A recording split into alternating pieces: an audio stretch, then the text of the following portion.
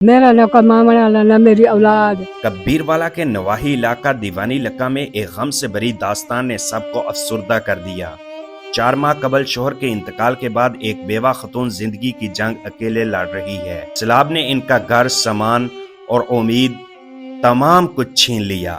اب یہ مظلوم خاتون کھجور کے پتوں سے پٹیاں بنا کر بمشکل گزر بسر کر رہی ہے اور کسی مسیحا کی راہ تک رہی ہے۔ مزید جانتے ہیں اس ویڈیو میں۔ کمرے ڈھائے پائن روزیاں ہان او لوڑ گئیاں، مال منی آئی ہوئی وگ گیا، پٹی بدھی تے اس نال کام کرنا۔ بسم اللہ الرحمن الرحیم۔ السلام علیکم ناظرین، اس وقت میں کبیروالا کے نواحی علاقے میں موجود ہوں اور یہاں جو ہے آپ لوگ دیکھ سکتے ہیں کہ بیوہ خاتون موجود ہے جس کا گھر جو تھا اس سیلاب کی وجہ سے تباہ ہو گیا۔ تو ان سے بات کرتے ہیں کہ ان کو اس وقت کون کون سی مشکلات کا سامنا ہے۔ السلام علیکم ماں جی۔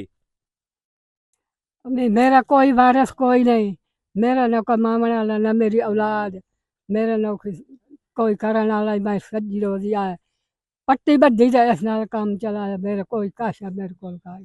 ماں جی نا کی ہے تہاڈا؟ علم آئی علم آئی۔ جی ہاں، تے تہاڈے خاوند نو فوت ہوئے نو کنا عرصہ ہو گیا؟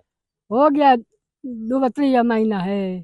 اچھا تے اولاد کوئی نہیں تہاڈی؟ کوئی نہیں، اولاد ہی کائی نہیں، کوئی رشتہ دار وغیرہ؟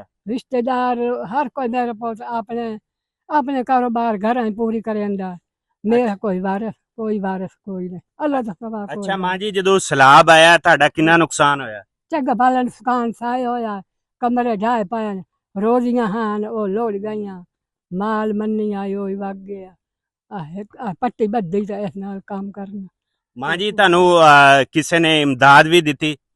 امداد کوئی نہیں، اللہ والی امداد دویا امداد کائی۔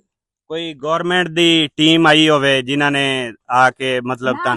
لکھ دے رہے ہیں، اچھا ہاں مڑ کے ہی نہیں آئے شائی کے اچھا لکھ دے رہے ہیں۔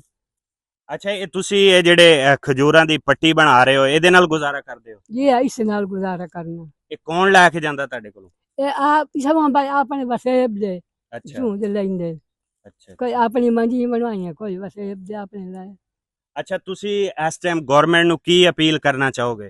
اپیل کرنی ہے جی بھائی اپنی جھگیاں دا کوئی روزی پانی دا یہ بھائی نقصان ہوئے، روزیاں لوڑ گئیاں، مال لوڑ گئے، جھگیا وے ڈھائی پائن، میرا نہ کوئی کاروبار، نہ میرا کوئی کمانے والا، نہ میری اولاد، میری کاشا کائی نہیں، کوئی وارث کوئی نہیں، ہر کہنا اپنے میرے بہت گھر دے ہوئے میرے کو جہاں کوئی کاشا کائی۔ ناظرین آپ لوگ میرے عقب میں دیکھ سکتے ہیں ماں جی کا یہ کمرہ تھا جو کہ گرا ہوا ہے۔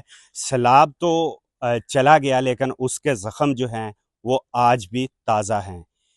اس بیوہ خاتون کا جو ہے وہ کوئی امید کی کرن بنے گا۔ اب بیوہ خاتون جو ہے اس امید میں زندگی بسر کر رہی ہیں۔ اسی کے ساتھ مجھے دیجیے اجازت، ملتے ہیں نیکسٹ ویڈیو میں۔ اللہ حافظ۔